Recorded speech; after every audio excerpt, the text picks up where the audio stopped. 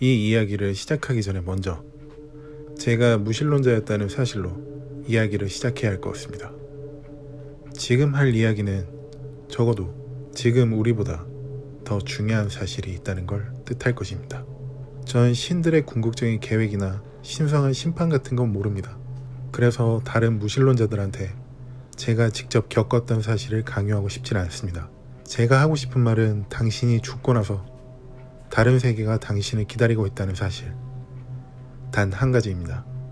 이제 제 이야기를 시작하겠습니다. 난 다른 사람들의 삶을 윤택하게 할 수 있도록 서비스를 하는 사람 정도로 소개하고 싶어. 하지만 다른 사람들은 그런 나를 매춘부라고 불렀어. 사실 그러고 싶진 않았지만 아빠는 꽤 심각한 금전적인 문제로 나를 언제 어디서나 그게 누구라 할지라도 잠자리를 가지는 아이로 만들었지. 난 만남 어플인 틴더, 동성애 만남 어플인 그라인더, 심지어 일자리 관련된 크레이글리스트까지 하면서 돈이 조금 있는 남자들이 날 찾으려고 한다면 쉽게 찾을 수 있도록 했었어. 19살은 매춘하기 힘든 나이긴 하지만 그리 까다롭다고 할 순 없었어. 난 그만큼 귀여웠고 다리 아래서 종이박스를 깔고 자면서 지낼 정도는 벌었으니까.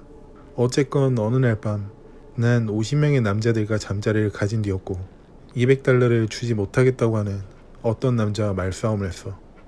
큰 소리가 오가고 물건은 던져졌어. 그리고 주먹 다짐을 하기 시작했지. 결국 그 남자는 날 부엌 칼로 사정없이 찔렀어. 그리고 난 그 낯선 사람의 집에서 의식을 잃어갔어. 죽음은 꽤 괜찮았어. 20대 중반 정도였고 밝은 갈색 머리, 정장의 넥타이를 입은 남자였거든. 솔직히 말하면 꽤 귀여웠단 말이야. 난 죽어가는 것을 어떻게 느꼈었는지 거짓말이 아니라 정말 말로 설명할 수 없어. 죽음은 엄청 서둘렀고 모든 일은 꽤 신속하게 진행되었기 때문이야. 그런데 난 이상하게도 그가 많이 낯설진 않았어. 난 그저 내가 죽었다는 사실을 받아들이는 것 말곤 할 일이 그닥 없었어. 죽음은 날 죽였던 남자의 집 발코니로 데려갔었고 창문 밖에는 이상하리 많지 희미하게 생긴 버스가 있었어. 같이 버스를 타곤 죽음이 운전을 시작했지. 버스 안엔 다른 사람도 몇 명 있었는데 큰 관심은 없었고 난 죽음 바로 뒤에 앉았었어. 그래서 우린 어디로 가는 거지? 난 이제 죽은 사람이 말하는 것처럼 물었어. 죽음은 한숨을 쉬었고 약간 무관심한 투로 다음 장소 라고 얘기했어. 그리고 차 안에 무언가를 보고 아하, 그리고 저건 뭐야? 나도 몰라. 그건 내 알 바가 아니거든. 이 대답이 내 궁금증을 해소시켜줄 수는 없었지만 뭘 물어보던 간에 알려주지 않을 것 같아서 그냥 앉아 있었어. 우리가 새로운 장소에 도착할 때마다 죽음은 운전석에서 일어나서 버스를 떠나고 새로운 사람과 돌아온다는 걸 알게 되었어. 대부분은 노인이었고 난 그 중에서 가장 어린 사람이었어. 버스의 종점은 내가 살던 곳에서 약간 떨어진 몇 가구 없는 작은 동네였어. 연기 냄새가 버스를 가득 채우기 시작했고 불난 집이 있었어. 그리고 사람들의 비명소리가 들리기 시작했지. 죽음은 집 앞에서 버스를 세우고 나가더니 검게 타버린 어린아이 2명과 돌아왔어. 그 아이들을 보고 나니 내가 죽고 난 뒤 처음으로 안 좋은 기분이 들었었어. 약 11살의 남자아이와 8살 정도의 여자아이였어. 아빠가 나를 매춘하라고 내쫓았을 때 딱 이 정도 나이의 형제가 있었어. 그리고 아이들이 내 옆에 앉았는데 내 옆에 앉게 만든 것이 무엇인지는 알 수 없었어. 내가 가장 어렸기 때문이었을까? 아니면 버스 맨 앞자리에 앉아 있었기 때문이었을까? 난 그 아이들한테 어떤 말도 할 수 없었어. 자리에 앉아서 여자아이는 내 셔츠를 꼭 붙잡고 얘기했어. 엄마는 어디 있어요? 그러자 남자아이는 터져나오는 울음을 꼭 참는 게 보였어. 이때 난 정말 무슨 말을 어떻게 해줘야 될지 알 수가 없었어. 죽음이 무엇인지 이해할 수 있는 나이를 생각해보면 그때 날 이해할 수 있을 것 같아. 물론 모든 사람들이 각자의 인생에서 서로 다른 시기에 이해하기 시작하겠지만 적어도 이 아이들은 8살, 11살에 이해를 해야 했어. 나는 엄마가 말해주지 않았어? 엄마는 아빠를 돌봐야 해서 너희들을 데리고 휴가를 갔다 오라고 했었거든. 어때? 너희들도 좋지? 소녀는 이제서야 얼굴에 미소를 머금고 고개를 끄덕였어. 그리고 소녀는 동생 건너편에 있는 나를 계속 쳐다봤어. 꽤 오랫동안 내 눈을 쳐다보고 있었어. 그래서 난 내가 할 수 있는 만큼 소년의 등을 어루만지며 안심할 수 있도록 웃어줬어. 그러자 반대편으로 돌아서서 손으로 얼굴을 가리고 흐느끼기 시작했지. 우리는 몇 시간 동안 버스를 타고 왔어. 죽음은 계속해서 운전했고 전혀 필요해 보이지 않아 보였어.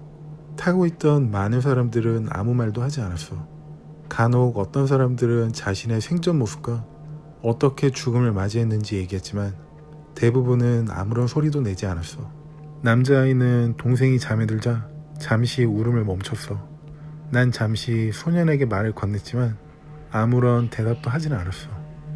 하지만 계속해서 말을 걸었고 마침내 10가지 정도의 끔찍한 농담을 들려주니까 조금씩 웃기 시작했어.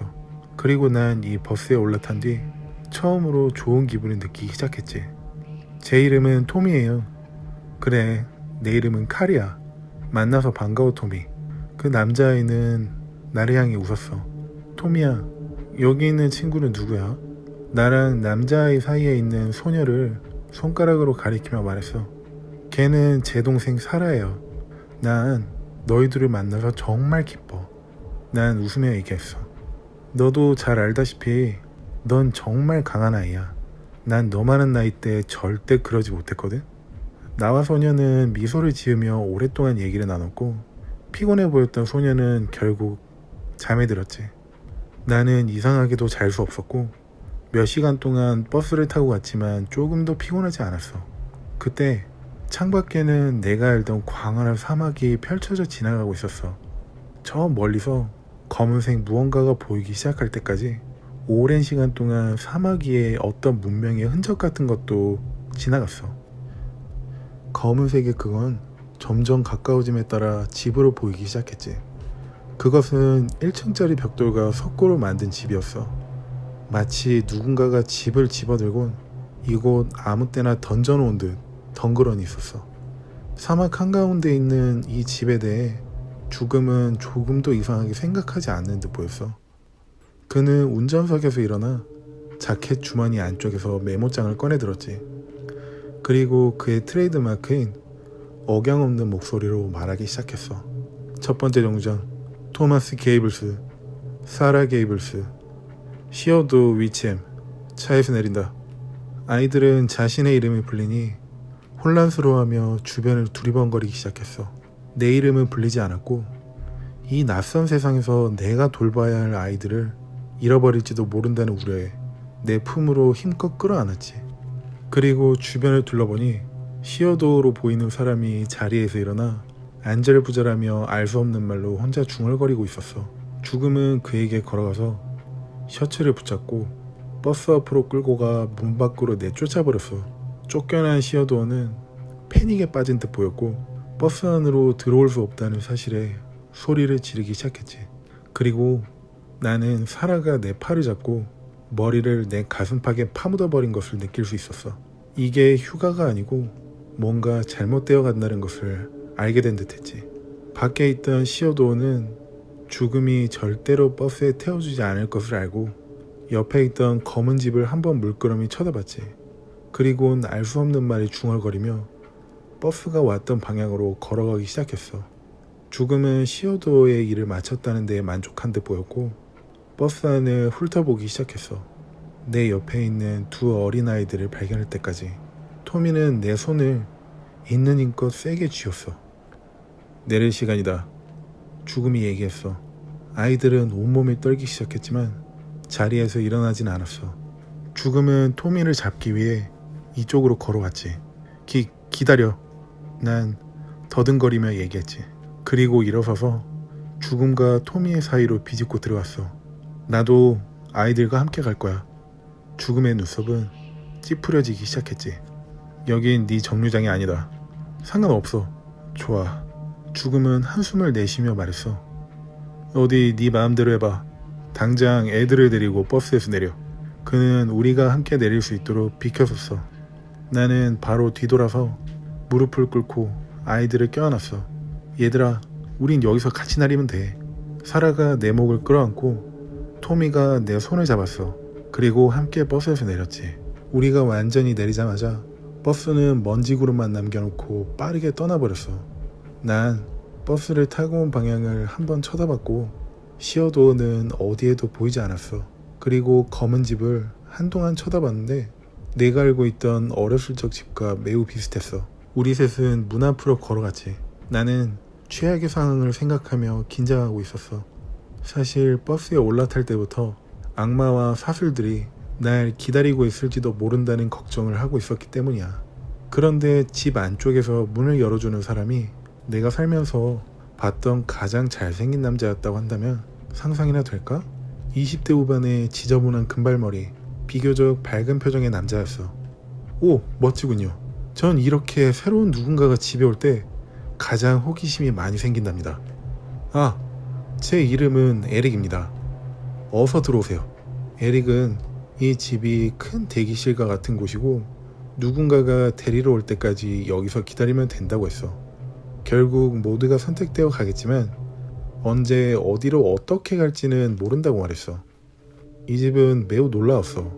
사람들이 원했던 모든 것들이 다 있었으니까. 부엌에는 항상 음식과 사탕이 깔려 있었고 침실에는 내가 하고 싶었지만 할 수 없었던 수많은 게임으로 가득 채워져 있었어. 그리고 거실에는 지금까지 만들어진 최고의 영화로 가득 차 있었지. 매우 살기 좋게 꾸며져 있었는데 어떻게 보면 당연하게도 시간을 알기 어렵게 되어 있었어. 그 큰 집에 단 하나의 시계밖에 없었고 그건 거실에 있었어. 파란색 번호가 표시되는 디지털 시계였지. 난 말하기 싫지만 항상 그 시계에 사로잡혀 있었어. 아마 그건 최면 효과가 있었던 게 아닐까 싶어. 난 결코 시계를 보는 걸 멈출 수 없었지. 우리는 처음 며칠 동안 이야기하며 서로에 대해 알아가기 시작했어. 살아있었을 때 우리가 누구였는지도 잘 알게 되었지. 사실 나는 아이들을 위해 내 삶의 어떤 부분을 얘기하지 않았지만 에릭은 숨김없이 모든 걸 다 얘기했어. 영화와 게임을 즐기며 지냈던 며칠은 몇 주가 되었고 그 몇 주는 곧 몇 개월로 바뀌어갔지. 우린 정서적으로 성숙해지기 시작했어. 내가 살면서 내 자신을 소중하게 돌봤던 기간보다 이제는 이 아이들을 보살핀 기간이 더 길어졌다는 것을 알 수 있었어.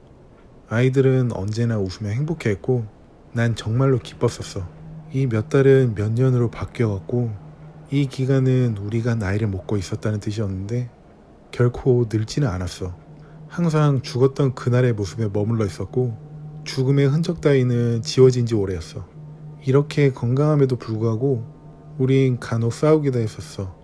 우리가 알고 있던 세상이 어떻게 돌아가고 있는지 굳이 신경을 써야 하는 곳일까 하는 토론 비슷한 것 때문이었지. 솔직히 말해서 난 이렇게 싸우는 걸 즐겼었어.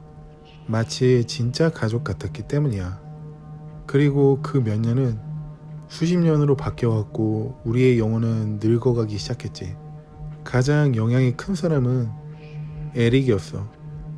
그는 우리보다 훨씬 더 오래 이 집에 있었고 한 번도 선택되지 않았던 것에 대해 얘기하기 시작했어. 그러면서 그는 점점 우울해져 갔어. 나는 그를 위로해 줄 수 있는 어떤 것도 없었지. 아이들하고 내가 버스에서 내려서 이 집에 온 지 48년이 지났을 때 에릭은 어떤 말도 목적도 없이 우리 모두를 거실로 데려왔어. 그리고 얼마 뒤 갑자기 집에서 불이 나기 시작했어.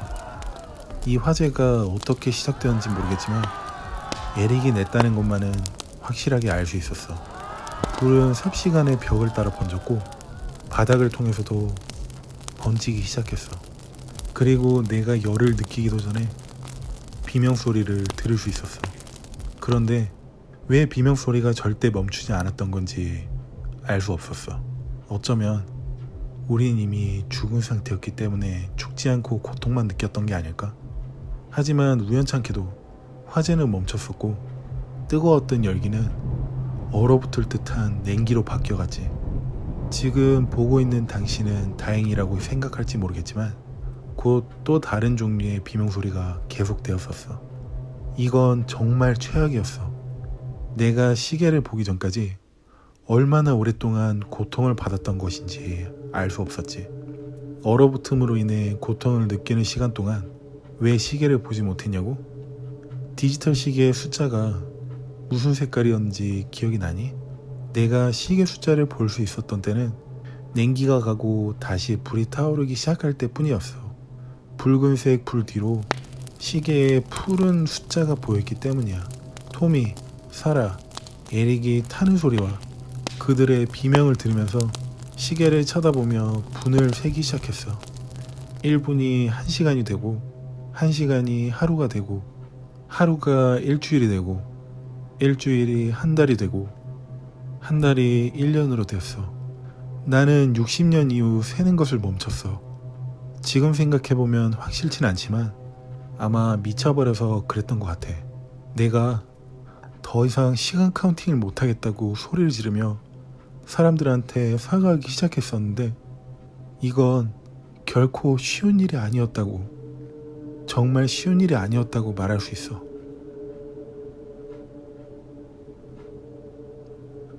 난 병원에서 비명을 지르며 일어났다고 들었어.